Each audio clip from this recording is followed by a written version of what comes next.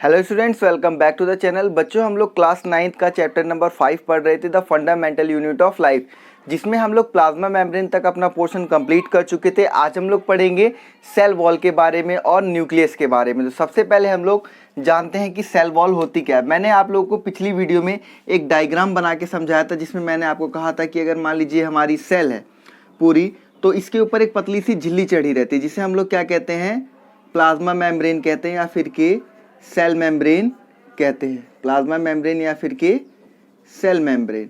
अब इसी के ऊपर क्या होता है बच्चों, एक और लेयर होती है। इसी के ऊपर एक और लेयर होती है जिसे हम लोग क्या कहते हैं, सेल वॉल कहते हैं। यानी कि एक तरीके से दीवार है और ये क्या करेगी, उसको स्ट्रक्चर प्रदान करेगी, उसको संरचना प्रदान करेगी, ठीक है, ढांचे को। देखिए, cell wall it is a rigid outermost covering. ये बिल्कुल रिजिड यानी कि बहुत ही कठोर आउटर मोस्ट कवरिंग होती है, यानी कि बाहर की एक परत होती है जो कि सेलुलोज की बनी होती है। अब ये सेलुलोज क्या होता है? सेलुलोज हमारा एक कॉम्प्लेक्स सब्सटेंस होता है, ठीक है, जिसकी मदद से क्या होती है, हमारी सेल वॉल जो है वो बनती है। प्रोवाइड्स स्ट्रक्चरल स्ट्रेंथ, और ये क्या करती है, स्ट्रक्चरल स्ट्रेंथ यानी कि पूरी मजबूती प्रदान करने का काम करती है। किसको? सेल को, ठीक है। एक बात और मैं आप लोगों को बता देता हूँ, जो सेल वॉल होती है वो प्लांट सेल के अंदर मौजूद होती है। प्लांट सेल के अंदर मौजूद होती है, लेकिन एनिमल सेल के अंदर ये मौजूद नहीं होती है। तो एनिमल सेल के अंदर जो हमारा सेल वॉल होती है वो प्रेजेंट नहीं होती, और प्लांट सेल के अंदर सेल वॉल प्रेजेंट होती है। ये चीज़ आप लोग ध्यान रखेंगे। नेक्स्ट मैंने कुछ 3 इंपॉर्टेंट पॉइंट लिखे हैं, उनको भी मैं आप लोगों को बता देता हूँ। प्लाज्मोलाइसिस क्या होता है? अब देखिए, मैंने आप लोगों को बताया कि जो सेल वॉल होती है वो किसकी बनी होती है, सेलुलोज की बनी होती है। तो होता क्या है, मैंने आपको पिछली वीडियो में एक चीज़ और सिखाई थी कि सेल्स क्या करते हैं, पानी को या तो एब्जॉर्ब करेंगे या तो वो उसके अंदर से अपने अंदर से पानी को निकालेंगे। तो हाइपोटोनिक, हाइपरटोनिक, आइसोटोनिक, ये 3 टाइप के सॉल्यूशन बताए थे मैंने आप लोगों को। तो उसी से हमारा रिलेट करता है। जब भी कोई हमारी सेल क्या करेगी, when a living cell loses water, जब भी वो वाटर को लूज करेगी तो वहाँ पे श्रिंकेज आ जाएगा। यानी कि मैंने आपको बताया था ना, जब पानी लूज करती है तो क्या आ जाता है, श्रिंकेज आ जाता है, सिकुड़ जाएगी, क्योंकि उसके अंदर से पानी तो निकल गया। अब जब वो सिकुड़ जाएगी तो क्या हो जाएगा, इसके जो कंटेंट होंगे अंदर के, वो सारे क्या आ जाएंगे, पास पास में आ जाएंगे, यानी कि सेल वॉल से दूर चले जाएंगे। सेल वॉल से दूर चले जाएंगे, न्यूक्लियस के पास पास में आ जाएंगे अगर वो पानी लूज करता है। लेकिन वहीं पे अगर वो वाटर गेन करता है तो वाटर गेन की वजह से क्या आ जाएगा, स्वेलिंग आ जाएगी, और ये जो कंटेंट है वो दूर दूर हो जाएंगे, मतलब सेल वॉल के पास आ जाएंगे। न्यूक्लियस से दूर हो जाएंगे, सेल वॉल के पास पास में वो आ जाएंगे। ये चीज़ आप लोग ध्यान रखेंगे, ठीक है। अब वो सेल वॉल के पास आ गए तो क्या करेंगे, प्रेशर भी लगाएंगे सेल वॉल के ऊपर। यहाँ पे इसी से रिलेटेड एक और बात मैंने बताई है, the walls permit the cell of plant fungi bacteria to withstand very dilute hypotonic external media without bursting. यानी कि क्या होता है, हाइपोटोनिक सॉल्यूशन हमारा क्या होता है, हाइपोटोनिक में ये होता है कि वो क्या करती है, पानी को गेन करती है, वाटर को गेन करती है। जो वाटर को गेन करेगी तो स्वेलिंग आएगा। अब बच्चों, जब स्वेलिंग आएगी तो स्वेलिंग के लिए यहाँ पे उन्होंने एक चीज़ बोली है कि एक्सटर्नल मीडिया विदाउट बस्टिंग, यानी कि एक्सटर्नल मीडिया से सॉल्यूशन तो अंदर आया लेकिन वो फटना नहीं चाहिए, ये भी चीज़ है। तो उसके लिए सॉल्यूशन कैसा रखना पड़ेगा, बहुत ही डाइल्यूट रखना पड़ेगा। अगर डाइल्यूट होता है तभी वो सेल नहीं फटेगी। अगर ज़्यादा वो सॉल्यूशन जो है कंसनट्रेटेड या फिर के थिक होता है तो उस केस में सेल जो है वो फट जाती है, ठीक है। ये चीज़ आप लोग ध्यान रखेंगे। एक नया टॉपिक है हमारा इसी में, एंडोसाइटोसिस, जो पिछले चैप्टर से ही मतलब पिछले पार्ट से ही रिलेटेड है। जब मैंने आप लोगों को ये ऑस्मोसिस बताया था और साथ में डिफ्यूज़न बताया था, उसी से रिलेटेड है। जब भी हमारी कोई सेल है, मान लीजिए कि हमारी सेल है, अगर ये फूड को इनगल्फ करती है यानी कि अपने अंदर लेती है, तो उस प्रक्रिया को हम लोग क्या बोलेंगे, एंडोसाइटोसिस बोलेंगे। क्या बोलेंगे, एंडोसाइटोसिस, यानी कि फूड को एनगल्फ करने की, अंदर लेने की प्रक्रिया एंडोसाइटोसिस कहलाती है। वहीं पे फूड को बाहर निकालने की प्रक्रिया सेल्स के द्वारा क्या कहलाती है, एक्सोसाइटोसिस कहलाती है। यहाँ पे देख लेंगे आप लोग, एक्सोसाइटोसिस। तो ये तो था सेल वॉल के बारे में। अब हम जानते हैं न्यूक्लियस के बारे में, जो कि बहुत ही इंपॉर्टेंट पोर्शन है। सबसे पहले हम लोग बात करेंगे न्यूक्लियर मेम्ब्रेन के ऊपर। जैसा कि बच्चों मैंने आप लोगों को बताया था कि सेल के ऊपर एक मेम्ब्रेन होती है, एक पतली सी झिल्ली होती है, जिसे हम लोग सेल मेम्ब्रेन या फिर के प्लाज्मा मेम्ब्रेन कहते हैं। इसी तरीके से न्यूक्लियस के ऊपर भी एक पतली सी झिल्ली होती है, जिसे हम लोग क्या कहते हैं, न्यूक्लियर मेम्ब्रेन कहते हैं। पहले मैं आप लोग को डायग्राम से यहाँ पे समझा देता हूँ। यहाँ देखिए, आपके पास ये सेल है, सेल के बाहर क्या होती है, सेल मेम्ब्रेन होती है, यहाँ पे न्यूक्लियस है। न्यूक्लियर के बाहर भी एक न्यूक्लियर मेम्ब्रेन होगी, ठीक है। वो क्या करेगी, यहाँ पे साइटोप्लाज्म प्रेजेंट होता है, मैंने आपको बताया था जेली लाइक सब्सटेंस होता है। उस जेली लाइक सब्सटेंस से इसके अंदर के जो कंटेंट होंगे उनको सेपरेट करने में मदद करती है। जैसे प्लाज्मा मेम्ब्रेन काम करती थी, खाली कुछ ही मटेरियल्स को अंदर और बाहर आने जाने को अलाउ करती थी, इसी तरीके से न्यूक्लियर मेम्ब्रेन भी क्या करेगा, कुछ ही मटेरियल्स को अंदर और बाहर आने जाने की अनुमति देता है, यानी कि कुछ ही सेलेक्टेड मटेरियल्स को अंदर और बाहर आने जाने देता है। ये भी पोरस होता है, यानी कि ये भी छिद्रदार होता है, जैसे कि उसमें छेद थे, यानी कि प्लाज्मा मेम्ब्रेन में छेद थे तो इसके अंदर भी छेद होते हैं, जो कुछ ही मटेरियल को अंदर और बाहर आने जाने देते हैं, जो सेलेक्टेड मटेरियल्स होते हैं, ठीक है। तो ये हमारी क्या हो गई, न्यूक्लियर मेम्ब्रेन हो गई। ये कैसी लेयर होती है, डबल लेयर होती है, डबल फिल्टर होता है ना, उस तरीके से डबल लेयर वाली मेम्ब्रेन होती है। सेकंड पॉइंट है न्यूक्लियस कंटेन क्रोमोसोम्स। न्यूक्लियस के अंदर क्या होते हैं, क्रोमोसोम्स होते हैं। क्रोमोसोम्स होते हैं वो रॉड शेप में होते हैं। रॉड देखिए ना आप लोगों ने, नॉर्मल घर में जो रॉड होती है उस शेप में होते हैं, और विजिबल भी होते हैं जब सेल डिवाइड होने वाली होती है। जब तक सेल डिवाइड नहीं होती तब तक आपको ये नहीं दिखेंगे, लेकिन जैसे ही सेल डिवाइड होने वाली होती है ये हम लोगों को दिखने लग जाते हैं। क्लियर।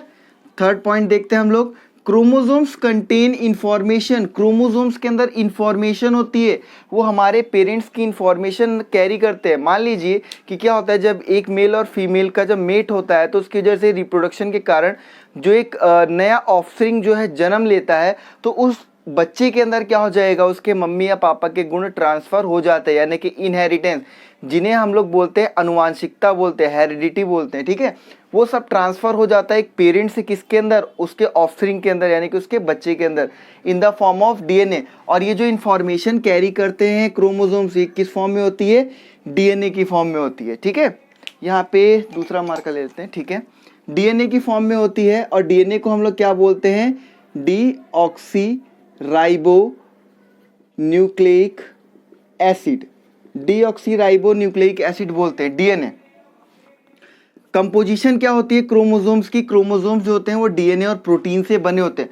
मैं आप लोगों को कुछ इस तरीके से पढ़ा रहा हूँ कि आपका इसी में से पूरा का पूरा एमसीक्यू जो है उठेगा और आप हर एक क्वेश्चन कर पाओगे, ठीक है।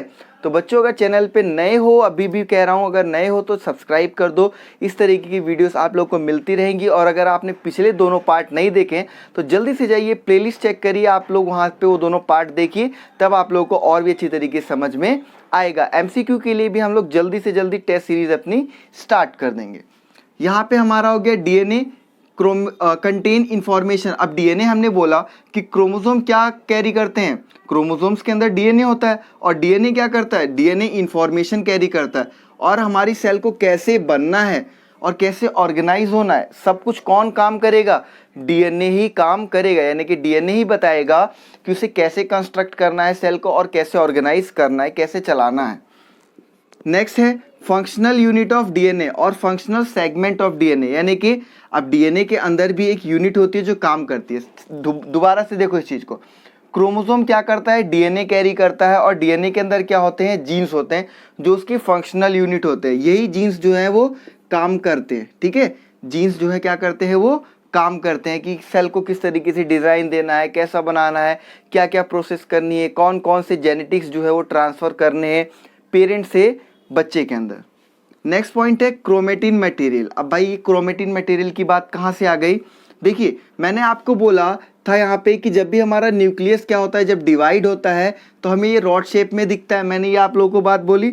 तो यहाँ पे जो हमारे सेल डिवाइड नहीं होते, जब तक सेल डिवाइड नहीं होते तब तक उसके अंदर डीएनए किस फॉर्म में होता है, तब तक उसके अंदर डीएनए जो होता है वो क्रोमेटिन फॉर्म में होता है, यानी कि क्रोमेटिन नाम के मटेरियल की फॉर्म में होता है। और ये क्रोमेटिन मटेरियल दिखता कैसे, ये थ्रेड लाइक स्ट्रक्चर दिखता है, जैसे धागा होता है ना, अगर इस तरीके से मैं यहाँ पे बनाऊँ तो समझ लो ऐसे करके धागे की तरह ये दिखेगा आप लोगों को, ठीक है। ऐसा थ्रेड लाइक स्ट्रक्चर ये होता है, और जब तक सेल डिवाइड नहीं होती तब तक ये क्रोमेटिन मटेरियल की फॉर्म में ही रहता है, और जब ये डिवाइड होने लग जाती है तो हमें रॉड शेप में दिखने लग जाता है। नेक्स्ट पॉइंट है हमारा nucleus play central role in reproduction. Nucleus जो है बहुत ही महत्वपूर्ण भूमिका निभाता है, जैसे हमारे अंदर का दिमाग होता है, ठीक है, इसी तरीके से सेल का भी जो मेन सेंटर होता है, दिमाग होता है, वो उसका न्यूक्लियस होता है। और न्यूक्लियस ही क्या करता है, रिप्रोडक्शन में सबसे ज़्यादा इंपॉर्टेंट रोल प्ले करता है, ठीक। और इसमें होता है क्या है, रिप्रोडक्शन में एक सिंगल सेल जो होती है वो 2 सेल के अंदर डिवाइड हो जाती है। मान लीजिए हमारे पास एक ये सेल है, आगे चल के ये 2 डॉटर सेल के अंदर डिवाइड हो जाती है इस तरीके से, ठीक है, और एक नया ऑर्गेनिज्म जो है वो मिल जाता है। नेक्स्ट पॉइंट है हमारा बैक्टीरिया के बारे में बताया है। बैक्टीरिया के बारे में क्या बताया है, क्यों बताया, वो देखो। यहाँ पे न्यूक्लियर मेम्ब्रेन प्रेजेंट थी, ठीक है। अगर न्यूक्लियर मेम्ब्रेन ना होती तब क्या होता, न्यूक्लियर मेम्ब्रेन प्रेजेंट थी तो इस वजह से क्या था, न्यूक्लियस के अंदर क्रोमोसोम था, ठीक है। मेम्ब्रेन है तो उसके अंदर क्रोमोसोम है, क्रोमोसोम डीएनए कैरी कर रहे हैं, डीएनए के अंदर क्या है, जीन्स है जो कि फंक्शन करने का काम कर रहा है। लेकिन अब जिसके अंदर मेम्ब्रेन ही नहीं होगी, बाहर वाली झिल्ली नहीं होगी, तब तो अंदर का सारा कंटेंट मिल जाएगा साइटोप्लाज्म के अंदर, यानी कि जेली के अंदर। मैंने आपको बताया था ना, दोबारा से एक बार देखो, मैंने आपको कहा था कि आपका चॉकलेट बॉल है ना, और चॉकलेट बॉल थोड़ी सी हार्ड टाइप की होती है ना, ऊपर से एक कवरिंग भी होगी। तो ये यहाँ पे एक चॉकलेट बॉल है, उसके बाहर जेली भरी पड़ी है सारी, और इसके अंदर क्या है, तुम्हारा लिक्विड फील्ड है। अब मान लिया कि अगर ये वॉल होगी नहीं, चॉकलेट बॉल वाली जो वॉल है, आप लोगों ने डेयरी मिल्क शॉट्स खाए होंगे, अगर ये वॉल है ही नहीं तो इस केस में क्या हो जाएगा, जो अंदर का लिक्विड प्रेजेंट है वो फैल जाएगा, जेली के साथ मिक्स हो जाएगा। तो यहाँ पे क्या होता है, सेम वही प्रोसेस होती है, नो न्यूक्लियर मेम्ब्रेन। अगर न्यूक्लियर मेम्ब्रेन नहीं होती है तो उस केस में क्या होगा, ये न्यूक्लिक एसिड के रूप में प्रेजेंट होगा। जो भी हमारा क्रोमोसोम होगा वो किस फॉर्म में होगा, न्यूक्लिक एसिड की फॉर्म में होगा, और उसे हम लोग क्या बोलेंगे, न्यूक्लियोड बोलेंगे, ठीक है बच्चों, उसे हम लोग क्या बोलेंगे, न्यूक्लियोड। इसको इसीलिए मैंने आप लोगों से कहा था आपको सेकंड पार्ट का जो एंड पोर्शन है वो देखना बहुत ज़्यादा जरूरी है, क्योंकि उसमें मैंने आप लोग को समझाया इस तरीके से कि आप कभी भूलोगे ही नहीं। तो यहाँ पे ये बात समझ में आई आप लोग को। चलिए आगे देखते हैं, कोई भी प्रॉब्लम हो कमेंट सेक्शन में पूछ सकते हो। प्रोकैरियोट और यूकैरियोट के बीच में क्या डिफरेंस होता है, ठीक है। तो प्रोकैरियोट और यूकैरियोट के बीच में डिफरेंस हम लोगों ने कुछ इस तरीके से लिखा है। इसके प्रोकैरियोट के अंदर न्यूक्लियर मेम्ब्रेन जो है वो एब्सेंट होती है, यानी कि न्यूक्लियर मेम्ब्रेन होती ही नहीं है। जैसा कि मैंने यहाँ पे भी लिखा था कि न्यूक्लियर मेम्ब्रेन अगर ना हो तो हम लोग उसे प्रोकैरियोट कहते हैं, ठीक है। तो इसे हम लोग क्या बोलेंगे, न्यूक्लियर मेम्ब्रेन एब्सेंट होती है। प्रो का मतलब प्रिमिटिव, या फिर के पहले के जो ऑर्गेनिजम्स थे उनके अंदर न्यूक्लियर मेम्ब्रेन नहीं होती थी।